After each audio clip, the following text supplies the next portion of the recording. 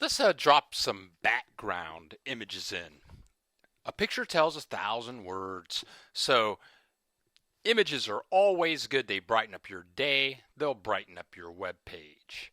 So here we go.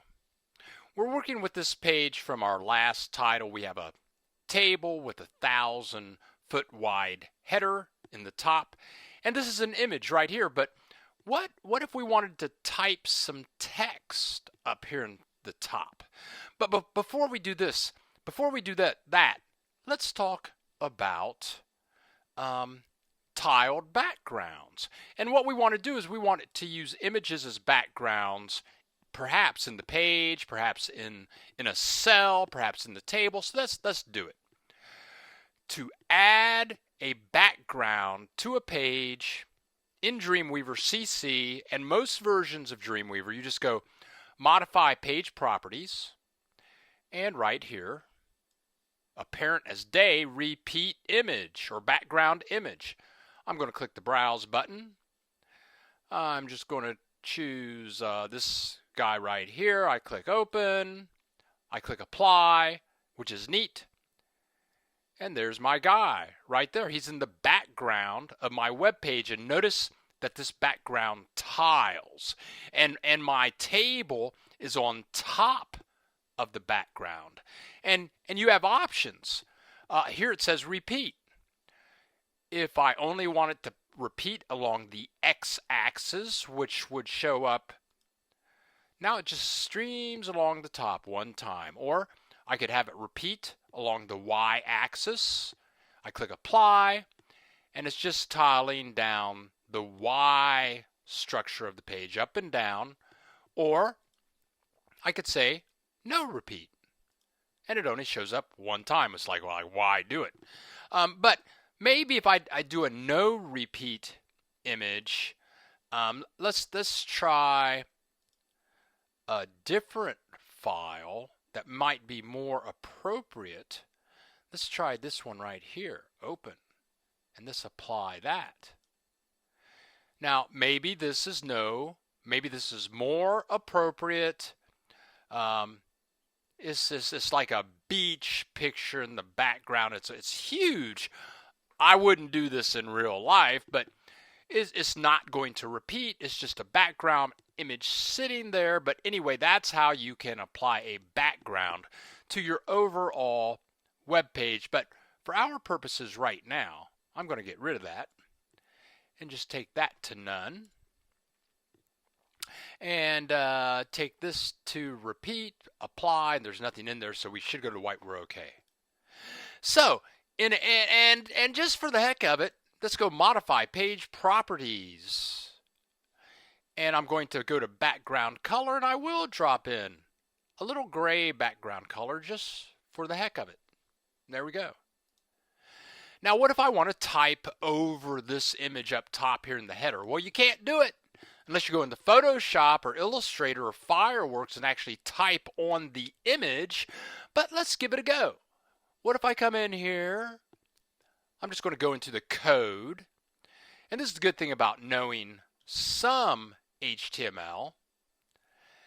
I know that the image source tag is in there, img src equals the path to the image. Now watch this. This kind of upsets me. I selected the image. In the properties panel, it's showing me information about the image. But watch this. Notice it's in a cell, img here, td tag here. The properties panel gives me information about the cell, td.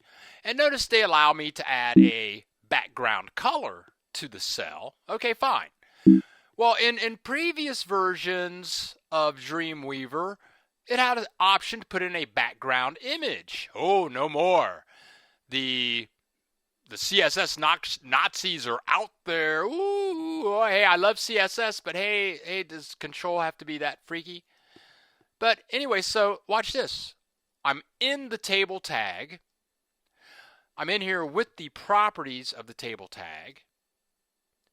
And so let's add a property. I'm just going to type in back background =, quotation mark, quote. Now notice, as soon as I put in the first quotation mark, it says browse. So if I click browse, then I can browse for any image that I want to stick in here, but I already know the image that I'm going to use. And it's the image right here. So I'm just going to take this path to this image, copy it, paste it in here, and then I'm going to delete the image tag source. So now all we have is our opening and closing TD tags with our TD attributes, one of them being the background function. I go back into design mode, and you can see that the image is still there, but the difference is I can type on it. Yippee-yay-ki-yo! I can type on the image. And if I wanted to get more control of it, check this out. I might just insert a table in this cell. Oh, how about 3 rows, 3 columns? What the heck? Okay. So now I have 3 little boxes that I can type into.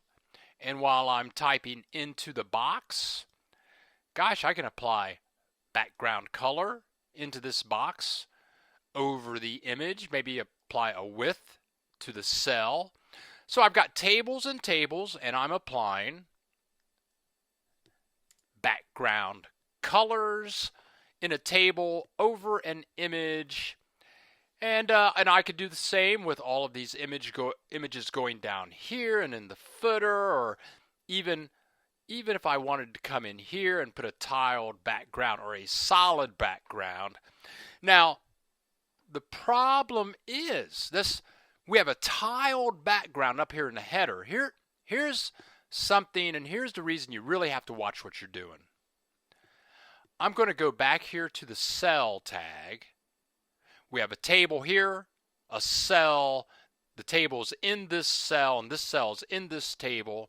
That's where our quick tag inspectors help us out. Watch what happens to our tiled background when I make this taller. I'm going to make the header 600 pixels tall. Better yet, I'm going to make it 450. Okay. The image is tiling. The image tiles one time up here. Here's our table that we put in here.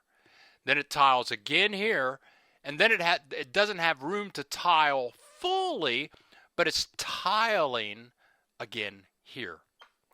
So that's where we would want to use no repeat for the tiling. But and this is another reason you want to size out your web page box by box, pixel by pixel, and plan ahead. But there you go. Images as backgrounds in tables.